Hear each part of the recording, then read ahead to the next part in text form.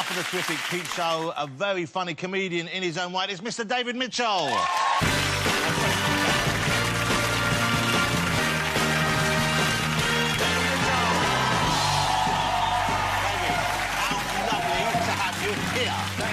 Thank you for joining us. David Mitchell, well, first of all, it's great to see you. It's great to have you on the show. And the thing earlier when I mentioned about you not liking being recognised, is that the story behind the beard? Is that why you've grown this beard, or is it...? Well, the main reason I grew this beard is that I'd never had a, you know, a proper go on my face before.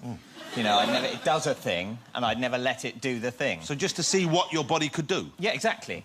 Nothing, you know, I just strained every part of me, and hair came out of my face. But nothing else happened. But you're shaping it a little bit. You're trimming some of the cheek area, I imagine? I'm not trimming it. No, this is a sign of good character. It naturally grows neatly. OK, David has a book out, and it's a very, genuinely, it's a very funny read. David Mitchell, Backstory. And you might think that was about just his life, but there is a very specific reason why it's called Backstory, of course. Well, yes, it is, because it's a memoir. Hopefully it's got jokes in it. Yes. It's definitely got attempts at humour in it. But also it's a self-help guide, because I had a very bad back for a long time. And thank you. People, I often get... That was an R, wasn't it? Yeah, a little bit. And so the thing that's sorting my back out is I walk for an hour every day. And that's totally sorted my back out. And so contained within that book are not only jokes, but the fact that I've just said. So actually there's no need to buy the book. Well, no, because there's a lot... But also, what's clever about it, I think, is that it is very much... It's written around these walks, or around one walk. It kind of takes you on an actual kind of almost a literal journey through London as you walk to fix your back. Yes, indeed. A literal journey and a metaphorical journey from... If you can imagine, I've come all the way from Salisbury in 1974 to London in 2012, which, you know, it's an incredibly long journey. But I thought, this is not me judging you, but my first impression of you that you were probably a really, really, really weird child. And yet, but now when you read the book, you realise you were quite a sweet, you were quite a normal little child, really. Oh, do you think so? Yes, I mean... when I was a child, one of the things that I was oppressed by was the thought that I was a weird child. and I wanted to be more normal.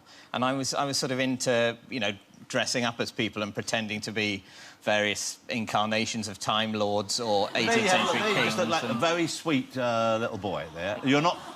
Are you wearing knickerbockers there? I'm not sure. What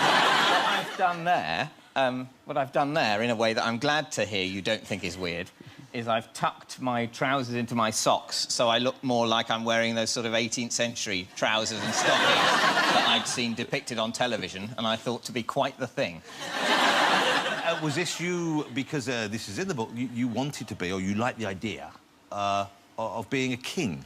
That was... I loved pretending to be various authority figures in my own sort of mental universe, and that was the game. That was the game I liked. I didn't like playing with Lego much. I didn't like playing football much. I liked sort of imagining I was a king and I'd be giving orders to courtiers and starting wars and that sort of thing.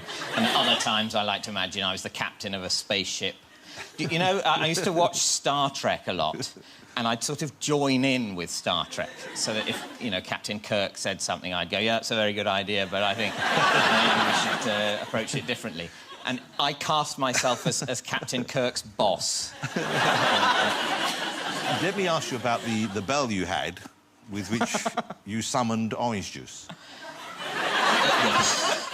You sound like... Orange Juice was the name of my dog. No, there was a time at my grandparents' house. This was humiliatingly revealed on Would I Lie to You, by the way, when I had a little bell that I'd ring. Because they had a bell anyway. They didn't buy me the bell. The bell existed in the house, and I took to ringing the bell, and my grandparents would then bring me some orange squash. Had you pre-arranged this with your grandparents, or did they just guess, well, he's ringing the bell, he must want something, and they reached for orange juice? I think it was sort of pre-arranged. It was mutual. And I think, yeah. I don't think it went on for a long time. I'm so... Well, I was such a fool to let this story get out. Well, how did it end, then? Did they one day stop bringing you the juice when the bell was rung, or did it just... Well, you know, they're dead now. They're dead now. Oh, don't end the story that way. I don't think they died of exhaustion from bringing orange juice, but... Did you have to...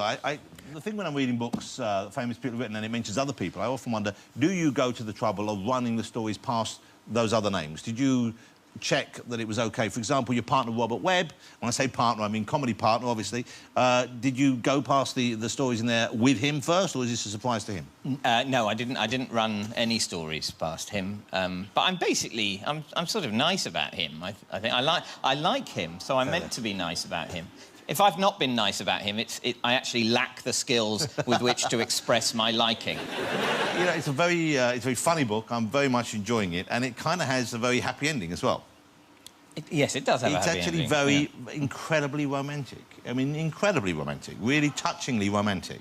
Because towards the end of the book, perhaps it's your story, towards the end of the book, David meets a new person who may one day bring him orange juice. Could we... But it is, you speak very openly about your love for the woman you're about to marry, Victoria Coren. Yes. Well, it's sort of... I'm sort of weird and embarrassed and repressed talking about it, but it was... you know, it was an amazing thing to meet her. I'd not had many successful relationships in my life. You'd be amazed to learn. And so I thought that would probably be a state of affairs that would continue, and I could console myself with the trappings of panel show stardom, you know, the green room at Mock the Week, that sort of thing. But so it was really, you know, it was considerably more than I felt I deserved to meet her and just sort of literally fall in love within about... certainly within about 20 minutes. Wow.